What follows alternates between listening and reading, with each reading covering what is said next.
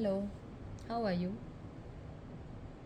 Friday evening, তো একটু রিল্যাক্সের সময়, সামনে উইকেন্ড আছে, তো ভাবলাম যে তোমাদের সাথে একটু আড্ডা দেওয়া যাক।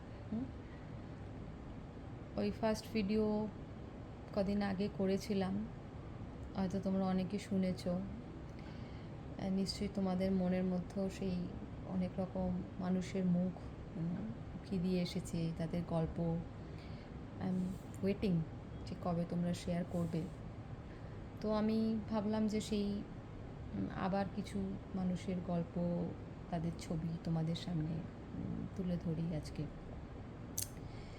তো সেই প্রথম গল্পের কন্টিনিউয়েশনে সেই জার্মানির ধরেই বলবো, ওই একই সময় ঘটনা, যেটা বলেছিলাম যে আমি অফিস যেতাম হাইডেলবার্গ থেকে লুডভিগসহাফেনে ট্রেনে করে। তো যেতে মোটামুটি 30-35 মিনিট লাগতো। যদিও যারা জার্মানিতে গেছো বা জানো, জার্মানির ট্রেন খুব বদনাম আছে, মানে কখনো টাইমে থাকে না, ক্যান্সেল হয়, লেট হয়, তো এসব ভীষণ গণ্ডগোল হয় ট্রেনে। তো সেজন্য ওই কারণের জন্য কতগুলো জার্মান ভাষা শিখে রাখতে হয়েছিল। যেমন তার মধ্যে একটা ছিল জুগ আউসফাল, মানে ট্রেন ক্যান্সেল হয়ে গেছে। তো ওটা শোনা যেই কানে ভাসতো, সঙ্গে সঙ্গে আমাদের দেখতে হতো যে এবার কোন প্ল্যাটফর্মে ট্রেন হবে, তো সেখানে দৌড়ে যেতে হবে। তো এই ইন্টারেস্টিং ছিল, বাট ওই সময়টা খুব একদিন মিটিং থাকতো, তাড়াতাড়ি পৌঁছতে হবে, তো একটু চ্যালেঞ্জিং হয়ে যেত যদি ট্রেন ক্যান্সেল হতো।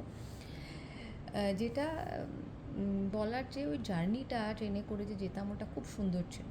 কেন বলছি যে এক তো ভিড়, তো মানে যারা বম্বেতে লোকাল ট্রেন চড়েছে তাদের কাছে ওটা একটা প্রাইভেট ভেহিকেলের মতো লাগবে, এবং ম্যাক্সিমাম সময় আমরা সিট পেয়ে যেতাম বসার।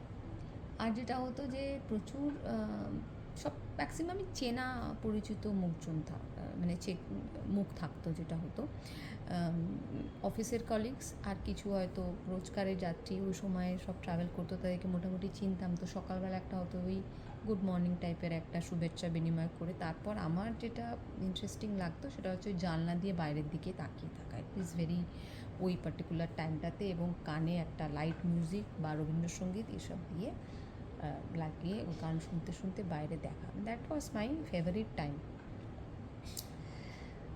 তো মোটামুটি কেউ ডিস্টার্ব করতো না খুব একটা, অনলি মাঝে মাঝে ওই টিকিট চেকার আসতো, আমাদের কাছে ওই পাস ছিল, যেহেতু আমরা রেগুলার যাতায়াত করতাম, তো ওই পাস চেক করে দেন হয়ে গেল, ওইটুকু। এই ট্রেন জার্নিটা করে যখন আমি লুডভিগসহাফেন প্ল্যাটফর্মে আমরা নামতাম, তো সেখান থেকে নিচে নামলেই একজনকে দেখা যেত, যার কথা আজকে বলবো। তিনি একজন মিউজিশিয়ান। তো উনি খুব সুন্দর স্যাক্সোফোন আর ভায়োলিন বাজাতেন। তো ইউরোপে এই ব্যাপারটা কিন্তু খুব কমন, অনেকেই জানবে তোমরা।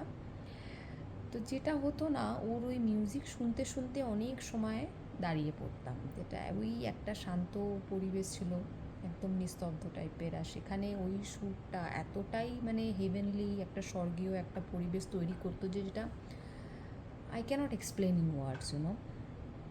যখন আমরা অফিস থেকে ফিরতাম ওই সময়টাতেও উনি থাকতেন এবং ওই বাজাতেন, কখনো ভায়োলিন কখনো স্যাক্সোফোন।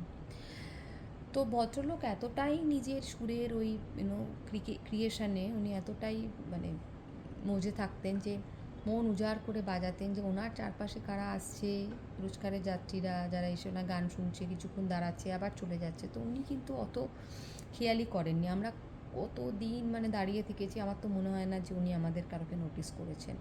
উনি এতটাই নিজের ওই সুরের মধ্যে ডুবে থাকতেন।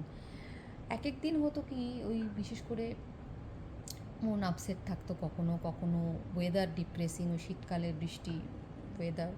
তো ওই ট্রেন ধরার জন্য ছুটে যখন আসছি, তখন ওই দূর থেকে ওই ভায়োলিনের একটা সুর ভেসে আসতো, তখন না মানে মনটা একটা অদ্ভুতভাবে মনটাকে আচ্ছন্ন করে দিত। মনে হতো যে আজ নাই বা বাড়ি ফিরলাম, কী বা এসে যায়, আমার তো লাইফের আমাদের শত সহস্র ঘন্টা দিন, তারগুলোর মধ্যে একটা দিন বা কিছুটা মুহূর্ত কি এই সুরের এই যে ম্যাজিশিয়ান একে দেওয়া যায় না?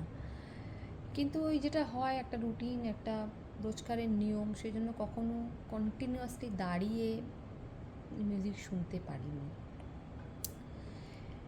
একটা ট্রেন মিস হতো কখনো, তারপরে ভাবতাম যে বাবা এর পরের ট্রেনটাও যদি মিস করি, আবার যদি ট্রেন ক্যান্সেল হয়ে যায়, বাড়ি ফিরতে অনেক দেরি হয়ে যাবে, পরের দিন অফিস আছে, তো এই সব করে সেভাবে দাঁড়াতে পারিনি। এখন মনে হয় যদি আরেকটুক্ষণ দাঁড়াতাম, যতক্ষণ না প্রাণ ভরে যায়, যতক্ষণ এই সুর, গান, মুহূর্ত, এই সব কিছুকে একদম যতটা পারি মানে শুষে নিতাম মন ভরে, প্রাণ ভরে। আসলে আমার মনে হয় আমরা মুহূর্তের মূল্যটা তখনই বুঝতে পারি যখন সেটা হারিয়ে যায়, when it is not available anymore. যতক্ষণ ওটা থাকে, যতক্ষণ প্রত্যেক দিন দেখতে পাচ্ছি, তখন মনে হয় যে দিস ইজ এভরিডে ম্যাটার, এতে কী এমন ব্যাপার। ইভেন এতদিন দাঁড়িয়ে প্রত্যেক দিন ওই গান শুনেছি, আসার পথে যাওয়ার পথে মানে ওই সুর শুনেছি, কোনো দিনও কিন্তু ওই আগে যেরকম বললাম, আগের দিনে বলেছিলাম যে ওই কিছু ধরে বেঁধে রাখা বা মনে হয়নি। তো এক্ষেত্রে ওই যে সুর রেকর্ড করে রাখবো, মোবাইলে একটা ভিডিও তুলে রাখবো বা এই ধরনের জিনিসগুলো কোনোদিনও মনেই হয়নি। শুধু একটা অদ্ভুত মানে কী বলবো, ভালো লাগা নিয়ে জিনিসটাকে শুধু শুনেছি, শুধু অনুভব করে গেছি। তো কোনোদিন এই জিনিসটার জন্য যখন ওখানে ছিলাম, কোনোদিন কিন্তু অপেক্ষা করে থাকিনি যে কখন আবার ওই গানটা শুনবো। রোজ আসা যাওয়ার পথে ওটা কানে বাজতো, শুনতাম, তো ওটা একটা রুটিন ছিল। শেষবার যখন অফিস থেকে ফিরছিলাম, তার কয়েকদিন পরেই জার্মানি থেকে ফেরার ফ্লাইট, তখন বসন্তকাল ছিল, ঠান্ডা ছিল, কিন্তু কি হয়েছিল ওই দিন অফিস থেকে ফেরার টাইমটা একটু আলাদা ছিল, মানে আমি একটু তাড়াতাড়ি ফিরছিলাম দুপুরবেলাতে। তো খুব আশা ছিল আমার সেবারে যে আমি ভদ্রলোককে দেখবো, ওনার গান মানে সুরটা শুনবো শেষবারের মতো। বাট আনফর্চুনেটলি টাইমটা এমন ছিল যে ওই সময় উনি থাকতেন না নর্মালি, তো ওনাকে আমি দেখতে পারিনি বা ওনার সুর শেষবারের মতো আমার শোনা হয়নি। মনটা একটু ভারাক্রান্ত হয়েছিল তখন। পরে ভেবেছিলাম যে এটাই তো লাইফ। এবারও সেই আগেরবারের মতো বিদায় নেওয়া হয়নি। ট্রেনের প্ল্যাটফর্মের দিকে যখন পা বাড়াচ্ছিলাম, তখন বারবার মনে মনে বলছিলাম, ভালো থেকো সুরওয়ালা, তোমার সুরের ছোঁয়াতে, জাদুতে আরও মানুষ মুগ্ধ হোক, আরও কোনো মেয়ের মুখে এক চিলতে হাসি ফুটুক তোমার ভায়োলিনের সুরে, আরও কোনো ব্যস্ত ছেলে এমনই একটা বৃষ্টি ভেজা দিনে দাঁড়িয়ে পড়ুক তোমার সুরের জাদুতে। ট্রেন মিস হয়ে যাক আরও অনেক অনেক মানুষের, শুধু তোমার সুরের মূর্ছনায়। ভালোবাসা ছড়িয়ে পড়ুক চারিদিকে, প্রত্যেক দিনের ব্যস্ততা, রুটিন জীবনে একটু রং লাগুক রোজ এমনিভাবে। ইউরোপের আমরা জানি খুব বেশি কালার নেই, কিন্তু এই সুরগুলো বোধহয় মানুষের মনে রোজ রং লাগিয়ে দেয়। তো সেই সুরের গল্প, এরকম অনেক সুরের গল্প আছে ইউরোপে। আমি আবার আরেকদিন বলবো, কিছু সুর তোমাদের সাথে শেয়ারও করব একবার আমি, যেগুলো খুব স্পেশাল আমার কাছে আছে।